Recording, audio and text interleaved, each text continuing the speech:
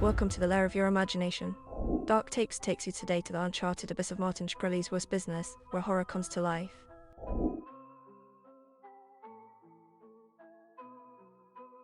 Martin Shkreli is an American CEO, hedge fund manager, and ex-inmate. Shkreli is the co-founder of the hedge funds LE Capital, MSMB Capital Management, and MSMB Healthcare, the co-founder and former CEO of pharmaceutical firms Retrophin and Turing Pharmaceuticals, and the former CEO of startup software company Digital Systems, which he founded in August 2016. In September 2015, Shkreli was widely criticized when Turing obtained the manufacturing license for the antiparasitic drug Darprim and raised its price by 455%. In 2017, Shkreli was charged and convicted in federal court on 2 counts of securities fraud and 1 count of conspiracy for activity unrelated to the Darprim controversy. He was sentenced to 7 years in prison and up to $7.4 million in fines. In the civil case, he was fined a further $64.6 million to be repaid to victims. On May 18, 2022, Shkreli was released early from the low-security federal prison in Allenwood, Pennsylvania.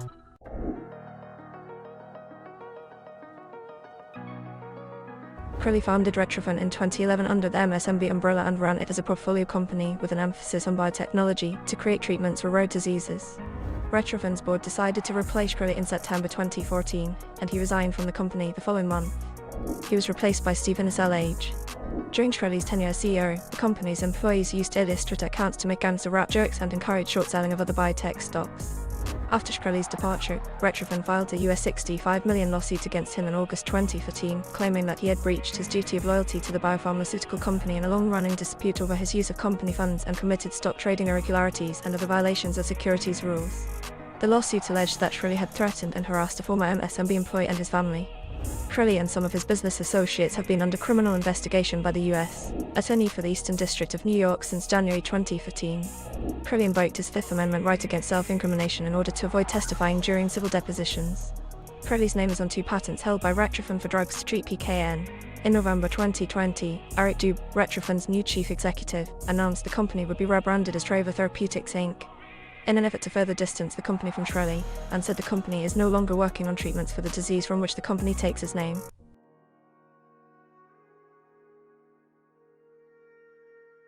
On August 10, 2015, in accordance with Shkreli's business plan, Turing acquired Darprim, a medication approved by the FDA in 1953, from Impax Laboratories for US $55 million.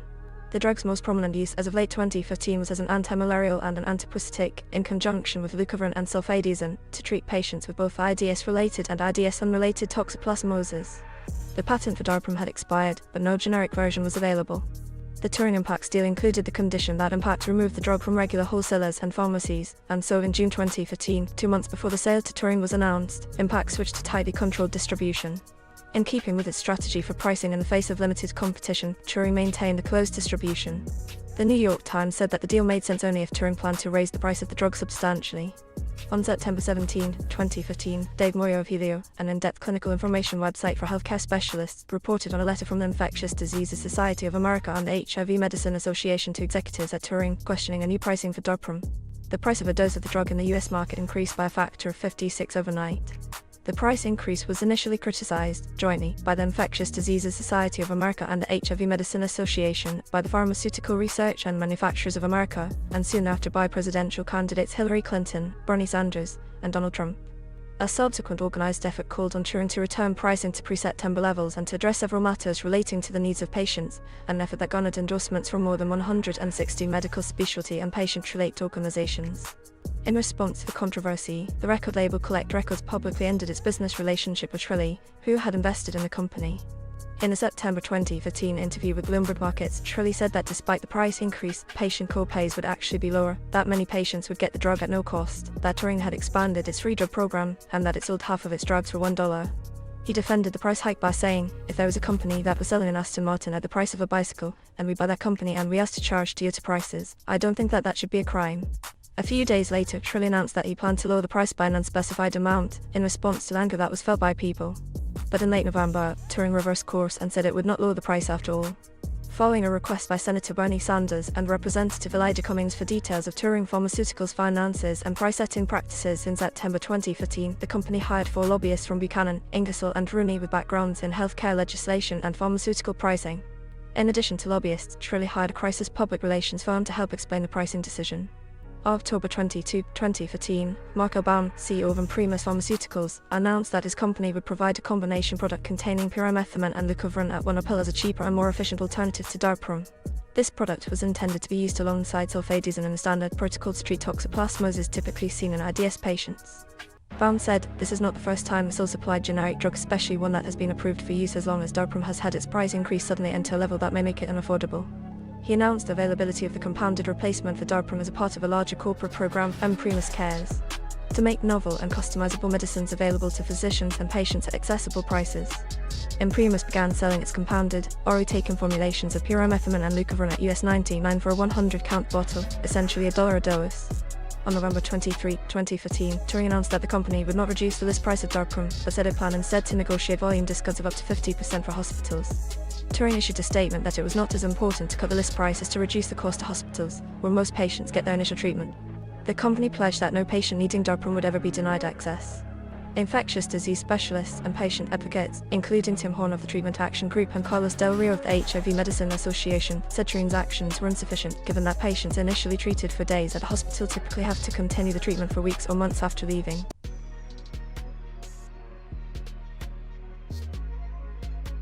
After Shkreli was imprisoned, Turing changed its name to Viera in 2017 to avoid negative publicity, and in 2019 was called Phoenix. In March 2019, the Wall Street Journal reported that Shkreli steers his old company from prison. Using a contraband cell phone from his prison ward in Fort Dix, New Jersey, Shkreli was effectively directing the renamed firm, and was reported to have terminated the employment of executive Kevin P. Moldy. After this news was reported in various news outlets, Shkreli was moved to the Metropolitan Detention Center in Brooklyn in advance of a subsequent move to a federal prison in Pennsylvania. He was also facing a Bureau of Prisons investigation into his breaking federal prison rules, since federal inmates are prohibited both from running a business from prison and from possessing cell phones. In May 2023, Viera Pharmaceuticals declared Chapter 11 bankruptcy in Delaware court, listing between $10 million and $50 million in assets and between $1 million and $10 million in liabilities. The company cited declining profits, increased competition for generic drugs, and litigation alleging that Viera suppressed competition for its most valuable drug, darprum par rotas. Shkreli shares in Viera had earlier been ordered seized by federal court related to an FTC judgment against him.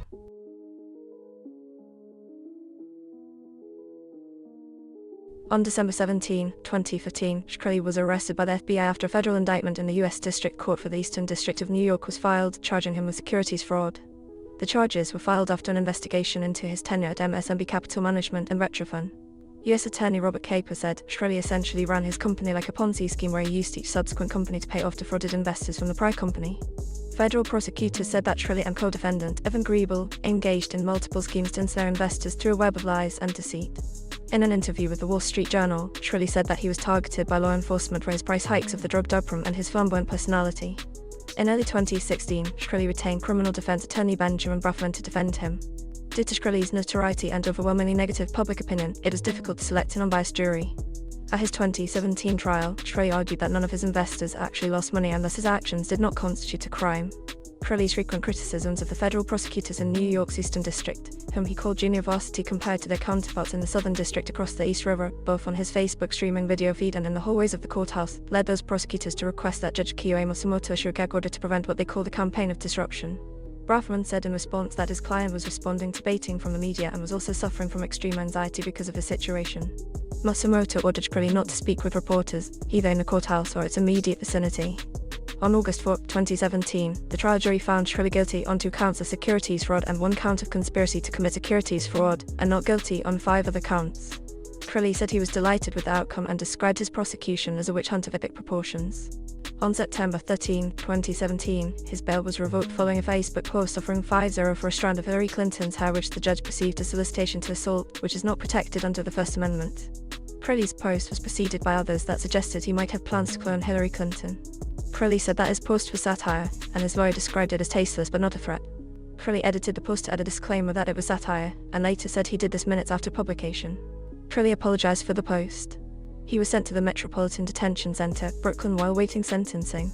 On March 9, 2018, Shkreli was sentenced to 7 years in federal prison. Shkreli appealed the conviction, but in 2019, an appeals court unanimously upheld the jury verdict. The original judgment remained in effect. Shkreli was required to continue to serve his 7-year sentence and forfeit more than $73 million in assets. The panel of judges issued the ruling just 3 weeks after hearing arguments in the appeal, rather than the normal period of months. The ruling was also unusually short, spanning only 7 pages. I hope this video inspired you as much as it inspired me. If you want to see more inspirational content, leave me a like, comment and subscribe so that we continue to grow together.